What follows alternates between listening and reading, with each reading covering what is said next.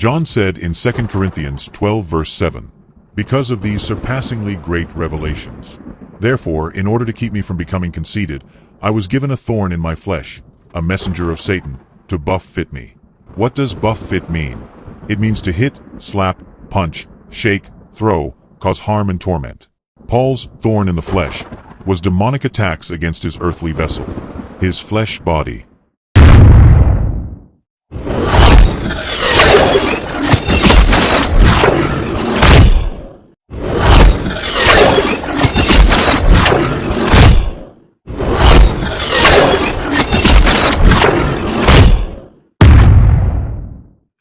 A messenger of Satan sent to buffet you.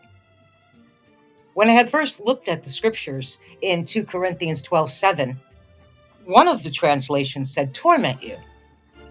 But when someone out there on the internet land came to me and left this message, that it actually says a messenger of Satan sent to buffet you, I realized what buffet meant. What does buffet mean? It means to violently punch, hit, slap, and shake one's flesh body, which is your vessel. Your spirit is in your vessel. That's what it means. And I've heard throughout the years, many pastors and preachers, and they say that Paul's thorn in the flesh was merely metaphoric, and it was just a tormenting. Some said it was the Achilles heel, and no, it wasn't. I'm going to tell you what it was. And lest I should be exalted above measure by the abundance of the revelations, a thorn in the flesh was given to me, a messenger of Satan to buffet me, lest I be exalted above measure.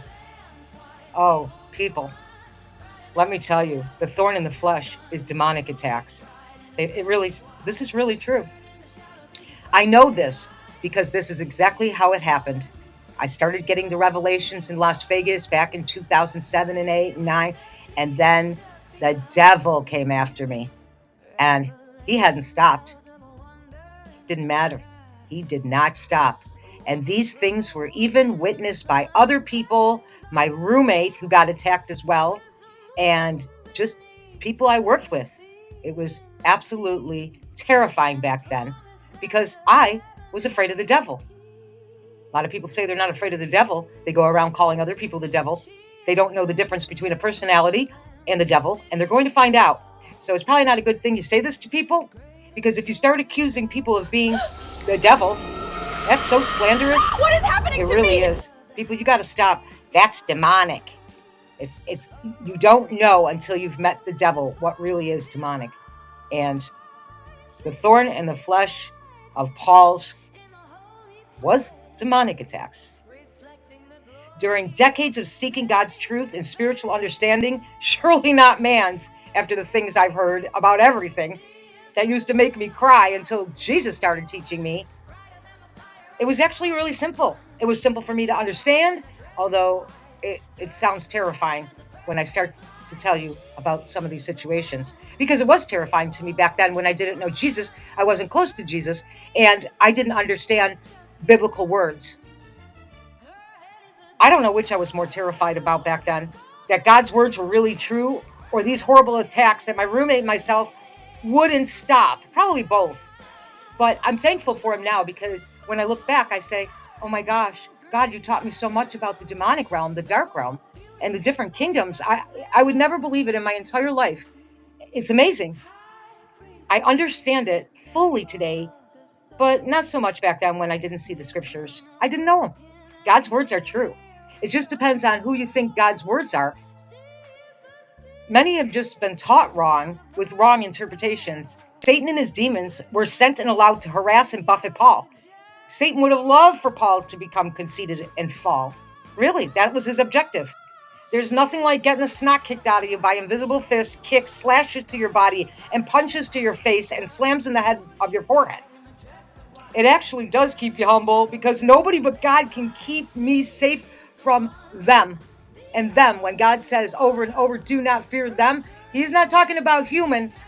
He's talking about them in the dark demonic realm. No pastor, no other people's prayers, nothing except God can protect you. I have no power or strength against this invisible force of darkness without God, and I know it. I'm nothing without God. Without God, I already know I should have been dead a long time ago, seriously dead. And so would my roommate. What came against us was so far worse than any terror movie you have ever seen. You'll understand. We'd be seriously dead by now if it wasn't for God's protection. My husband just bought me a shirt about 3 weeks ago that says, I'd be dead if it wasn't for Jesus. And it's really true. Paul has to literally lean into God and stay very close to God for his protection. He is so weak and powerless without God. He's completely weak in his human flesh against the devil and the demons. Paul was vague about it for a reason, and it's a big reason. I just get it. I fully understand Paul's words spiritually. No wonder he prayed 3 times for it to be taken away from him. I have begged God more than 3 times to make them stop, and they didn't. I just get it. As creepy as my testimony is going to sound, it is totally true. There's no embellishments, and there's witnesses to almost all of it.